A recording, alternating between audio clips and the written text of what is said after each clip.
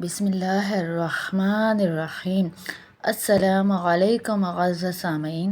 سرکار واصف علی واصف رحمۃ اللہ علیہ فرماتے ہیں، اللہ کی رحمت سے مایوس نہ ہونا، گناہ کو کوئی طاقتور شے نہ سمجھنا۔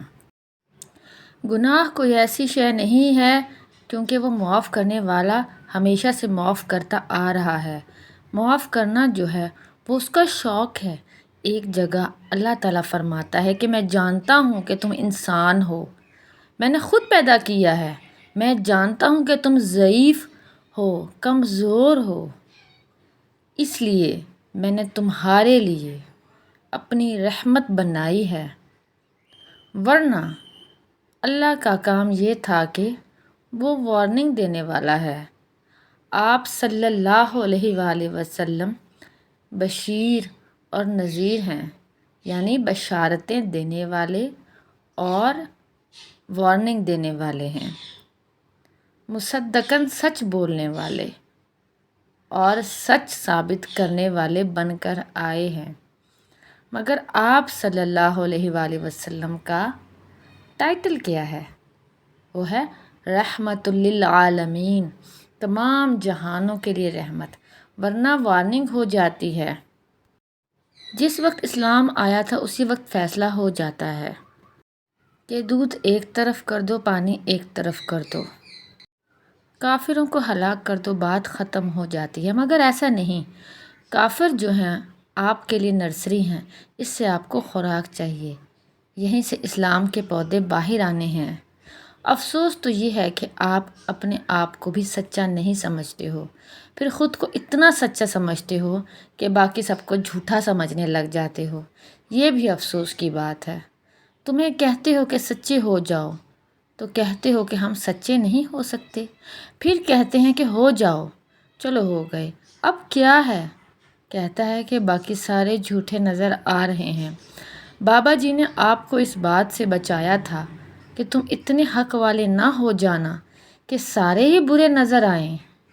حق کی آواز حق ہے، عین حق ہے، بلکہ پورا حق ہے، ساری چیز ٹھیک ہے، ہم بھی حق ہیں، تم بھی حق ہو، تجھے بھی اسی اللہ نے بنایا، مجھے بھی اسی اللہ نے بنایا، اور اس کے سارے کام صحیح ہیں، اس کے کسی کام کو برا نہیں کہہ سکتے۔ سیدنا موسیٰ علیہ السلام نے کہا، اے رب العالمین، تیری ساری باتیں سمجھ آ گئی ہیں، یہ نہیں پتہ چلا کہ چھپکلی کیوں پیدا فرمائی۔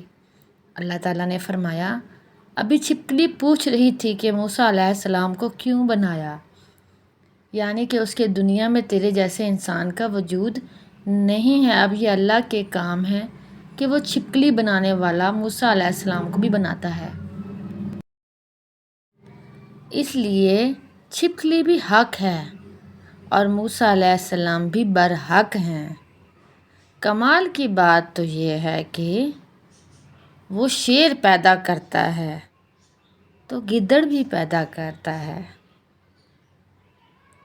شیر، گدڑ اور لومڑ جو ہیں یہ سارے انسانوں کے نام ہیں، شکلیں جانوروں کی ہیں۔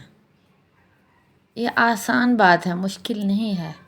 ہر انسان کی جتنی صفات ہیں، کائنات کے جتنے پرندے ہیں، جتنے جانور ہیں، ان میں مکمل طور پر وہ صفت موجود ہے۔ شیر تو ہے ہی انسان کا ٹائٹل۔ آپ کہتے ہیں نا کہ شیر الہی، قطب ربانی، شیر ربانی، اسد اللہ، الغالب مطلوب کل طالب، یہ ایک مقام ہے۔ کوئی بھی جانور لے لو، اس میں کوئی نہ کوئی صفت خصوصیت کے ساتھ ہوتی ہے اور وہ کسی انسان میں ضرور پائی جاتی ہے۔ آپ نے آستین کا سانپ تو دیکھا ہوا ہے۔ یہ نہ کہنا کہ ہمارے اکثر دوست ہوتے ہیں، دوستوں کے خلاف بول رہے ہو کیا؟ مطلب یہ ہے کہ ہر چیز جو ہے وہ موجود ہے۔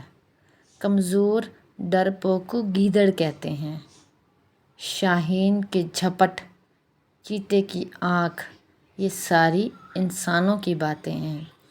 جتنی بھی ایسی صفات ملیں گی وہ انسانوں میں ہوں گی۔ اللہ تعالیٰ نے آپ کی صفات کو پوری شکل دے کر یہ مظاہرہ کیا کہ دیکھ لو یہ کیا ہے۔ محنت کرنے کی صفت چونٹی میں ڈالی۔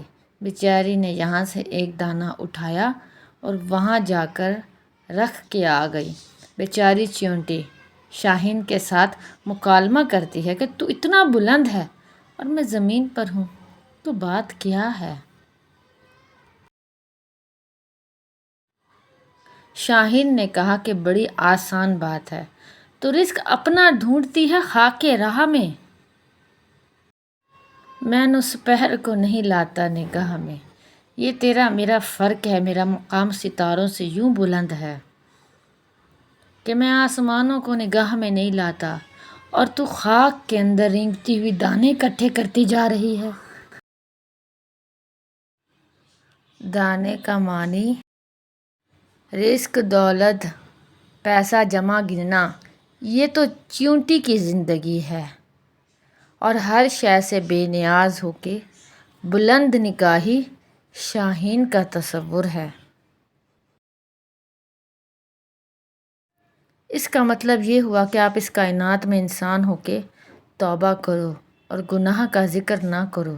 توبہ کرنے کے بعد اگر یہ کہتے ہیں کہ اللہ معاف نہیں کر سکتا، تو پھر یہ بڑا ہی کلمہ کفر ہے۔